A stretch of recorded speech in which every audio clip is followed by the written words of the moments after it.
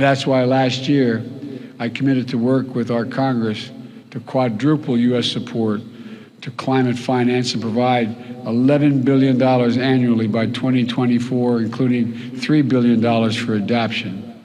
That's why the Fund Emergency Plan for Adaptation and Resilience, PREPARE we call it, to help more than 500 million people in developing countries respond to climate change. We're already requested more than $2 billion for the PREPARE this year. I'm going to fight to see that this and our other climate objectives are fully funded. Today, as a down payment, we're announcing more than $150 million in initiatives that specifically support PREPARE's adaptation efforts throughout Africa, including Adaptation in Africa, effort that Egypt and the United States launched together in June. This includes support for expanding early warning systems to help cover Africa, broadening access to climate finance, providing disaster risk protection, strengthening food security, mobilizing the private sector, and supporting new training center in Egypt to accelerate adaptation across the efforts all across the continent. My administration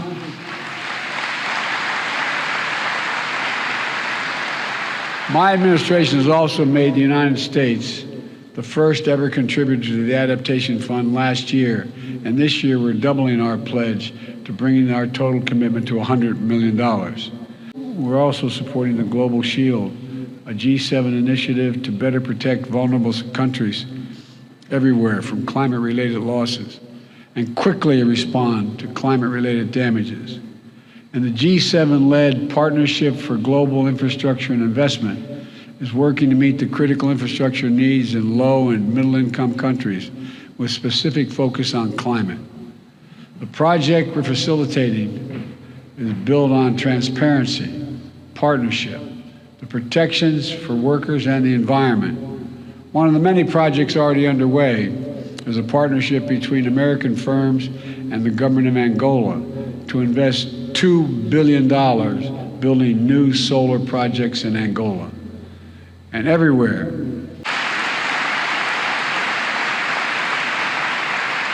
I'm pleased to announce today, alongside the European Union and Germany, a $500 million package to finance and facilitate Egypt's transition to clean energy.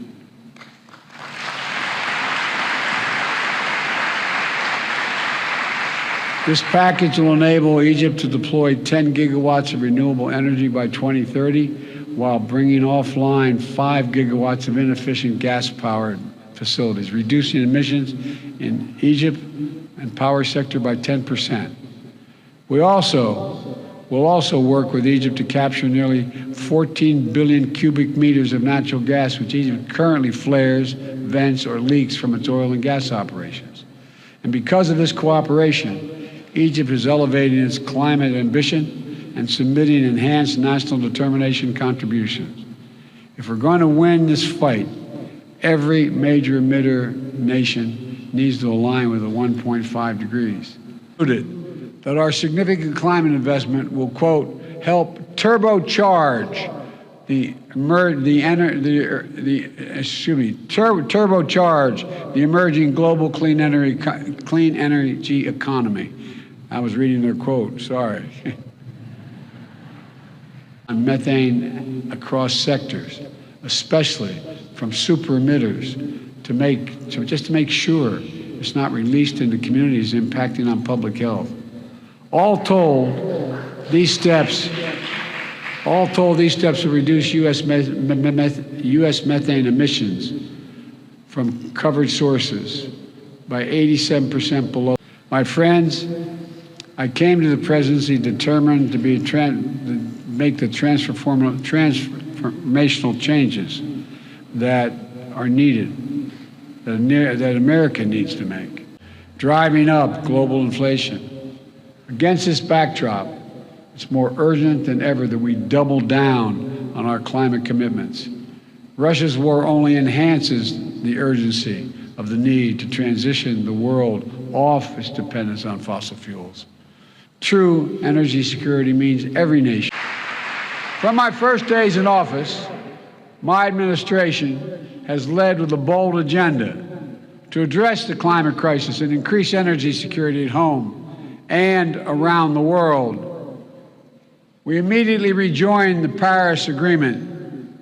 We convened major climate summits and reestablished. I apologize we ever pulled out of the agreement.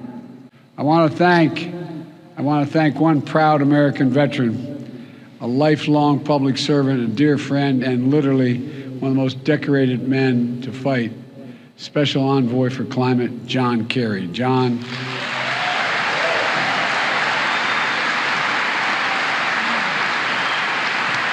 John, your commitment, your passion, your diplomatic expertise have been absolutely critical to delivering incredible progress on climate issues over the past 2 years. And I thank you, pal. I thank you for being my friend. Today, Secretary Kerry met with Lula's team and they discussed help to protect the Amazon. What kind of assistance is the United States considering? So President Biden has had a very long-standing view that it is the obligation of the United States and other major economies to help Brazil protect its rainforest. The same goes for other countries with significant rainforests like Indonesia. And so he's going to look for an early opportunity to sit with the incoming president, who has expressed a real commitment and motivation to protect the Amazon, and talk about a variety of forms of assistance we can give. Not just technical assistance, but financial assistance as well. That's something President Biden sees as a real priority. The president said yesterday that he found it interesting that Russia waited until after the midterm elections to announce this withdrawal from Kherson. The implication being that Russia was held off on withdrawing to have some kind of effect on the midterms. So was the president just speculating there, or do you guys have any evidence to back that up? And then I have a grinder question. I think what the president said should be taken at face value. He thought it was interesting timing that you had the election on November 8th, and on November 9th, they made the significant announcement in Kherson, and I'll just leave it at that. Secondly, the Treasury released a report today saying that, or criticizing China for not being more transparent about its foreign exchange policy, and explicitly calling it a failure. Will the two leaders speak about that tomorrow as well? Oh, and you asked about the FX report. I would just say that this has been a long-standing concern of the United States. It's been reflected in previous reports. It doesn't come as a significant surprise, but it is an area of significant concern for the United States. And I can't tell you standing here today whether that particular topic will come up among the wide range of things we have to discuss with Pierre. Thank you. Just real quick on Xi Jinping and the meeting there. President Biden has obviously met with him many times in the past. Some of the success of those meetings was seen to be a little bit of open-ended and sometimes informalities. This will be different, but is there anything that you guys are doing to try to recreate those sort of more informal exchanges that the two of them had, or is it sort of a meeting set up with many people alongside each side of the table that makes those types of informal discussions more difficult? So the current setup of the meeting is one in which each of them will meet alongside their teams, but even in instances on video conferences where each leader has had their team with them, the hallmark of their engagement, no matter who's in the room, is one where they don't just read talking points, they don't just kind of march methodically through each of their scripts. They actually do have a robust back and forth, and it's on the bigger picture.